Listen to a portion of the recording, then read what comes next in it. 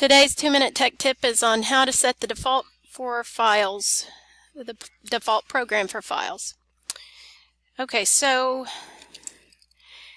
when your computer was imaged to Windows 10, you notice that opening PDFs, it will open in Edge, and a lot of times this is causing problems with people being able to print as well as other things. So in order to change that, if you hit the Windows key on your keyboard and just start typing default, it will come up with the default app settings. Once you open that, this is where I showed you earlier how to change your default web browser to Google Chrome. But if you scroll on down below, you see choose default apps by file type.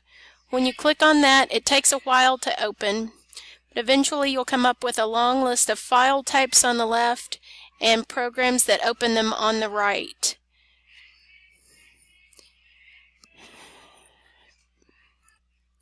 So you scroll down this list until you see .pdf. It's a long list, so I'm going to pull the bar down till I get down here to PDF.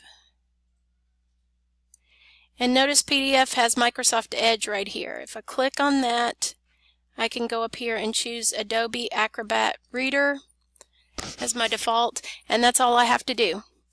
So once I close that, I can close that PDF, and when I open it again, this time it will open in Adobe Acrobat Reader.